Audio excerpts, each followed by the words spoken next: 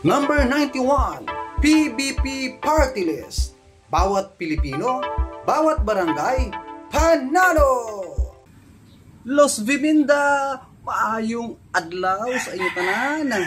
And welcome again sa Nits TV. Ayan mga kapuknat, iingitin ko lang kayo. Magbumukbang ako ng Angel Minggo ngayon. Ayan, napakarami nito. At of course, ayan tawag dito, maniba ang tawag dito, maniba, pula-pula na siya. And alam naman natin talaga kung gaano kasarap itong Indian Mango. Ayan mga kapuknat. Dahil nga season ngayon ng Indian Mango, kaya kahit saan, lalo na dito sa Metro Manila, kahit saan kanto, ayan, may panindang Indian Mango mga kapuknat. Ngayon, depende sa panlasa natin yung mga kapuknat kung alin yung gugustuhin mo, no? Dalawang klase ang ating gagawin na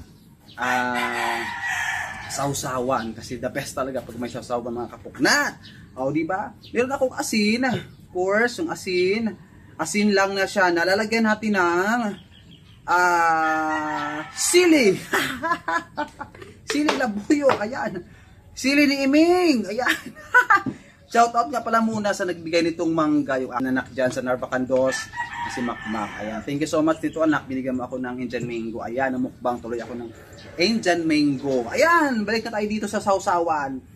May asin na tayo and itong sili labuyo. Sobrang anghang. And pangalawa natin sausawan ay ginamos, bagoong isda ito. Boneless, bagoong naman siya. Kaya dalawa yung aking lalagyan dito lalagyan ng sausawan. Ayan. So, depende na sa inyo kung anong gusto niyo sausawan. Siguro asukal. Depende ko sa type po ninyo yun. Then, siyempre, ano paggawin natin? Kainan na! Mukbang Indian Mango na mga kapuknat. Unahin natin yung asin. Kung gaano kasarap yung asin at saka manghang. Hindi ako masyado mahilig sa anghang, pero try natin.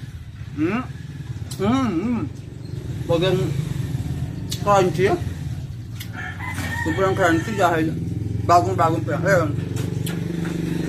Bagong pitas yan. O ayan tumutulog-tulog pa ha. Ayan kapuknat ko. Bagong pitas yan sa puno kaya fresh. Super fresh talaga siya. O diba? Yun. Medyo maanghang. Medyo manamis-tamis. Sarap mga kapuknat. Pero bakit mukhang sarap?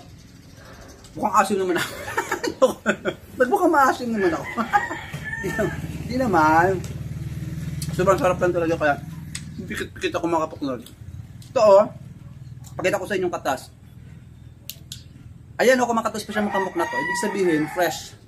Fresh from the puno ng ibang may-ari. Binigay lang sa akin to. Ayan. So okay na tayo dito sa may asin na may siling labuyo. Ayan. Pangalawa, yung try na naman natin ngayon kung gaano kasarap dito sa bagoong. Boneless bagoong naman yung sausawan natin. Alright? Okay. Then, masarap din. Siguro lagyan ko lang ng kaunting suka ito. Nasa ganun maghalong asim at saka yung bagoong isda. So far, perfect. Perfect pa rin talaga. Yan. Maubos ko yata yung isang peraso. Bilisan natin para makarami tayo. Kasi marami pa to. Tara na.